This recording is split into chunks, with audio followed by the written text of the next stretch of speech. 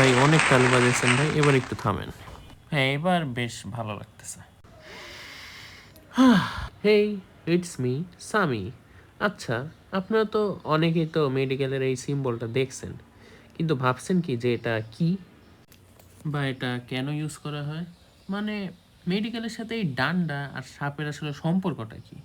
আমরা তো আর রোগীদের সাপ দিয়ে সুস্থ করি না, উল্টা মানুষ সাপের কামড় খায়, পটল তোলে, নেয় তো সাপ দেখে করে হার্ট ফেল করে মরে যায়। মেইনলি গ্রিক মিথোলজিতে এমন এক গড বা দেবতা আছেন যার নাম অ্যাসক্লেপিয়াস, যিনি ছিলেন অ্যাপোলো আর করোনিয়াসের সন্তান।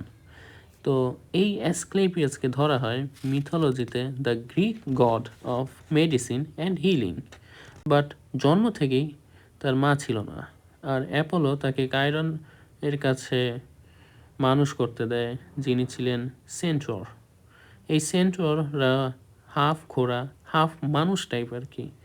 যাই হোক, এদের নিয়ে আরেকদিন আলোচনা করব। তো এই কায়রন ছিলেন অনেক বিষয় জ্ঞানী আর সাহসী। তার কাছ থেকে মেইনলি অ্যাসক্লেপিয়াস মেডিকেল বিষয়ক অনেক কিছু শিক্ষা লাভ করে।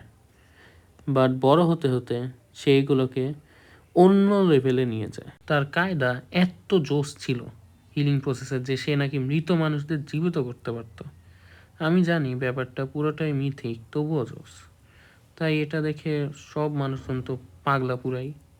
কিন্তু কিছু দেবতা তাকে সম্মান দেখালো, কিছু দেবতা তাকে ঈর্ষা করা শুরু করে। দ্য গড অফ আন্ডারওয়ার্ল্ড হেইডেস ব্যাপারটা দেখে বজ্র বিদ্যুতের দেবতা জিউসকে জানায় যে অ্যাসক্লেপিয়াস নাকি প্রকৃতির ব্যালেন্স নষ্ট করতেছে। তা শুনে এই শয়তান জিউস বলে, দ্বারা আমি ওরা মারতেছি। আর বিদ্যুৎ মাইরা দিল, কেমনটা লাগে ভাই? লাইক ভাই, এই লোকের সমস্যা আছে বুঝছেন, কারো ভালো ভালো লাগে না। তো গ্রিক মিথোলজিতে অ্যাসক্লেপিয়াস এই স্ট্যাফ ক্যারি করত, যার চারপাশে সাপ জড়ানো থাকে। মেইনলি সাপটা ইউজ করা হয় কারণ সাপ তার স্কিন চেঞ্জ করতে পারে, that represents as a symbol of new life and health. তো আশা করি আপনারা আপনাদের প্রশ্নের উত্তর পেয়ে গেছেন। তো আজকের ভিডিও মোটামুটি এইটুকুই, কারণ এটা নিয়ে আর বেশি কিছু বলার নেই।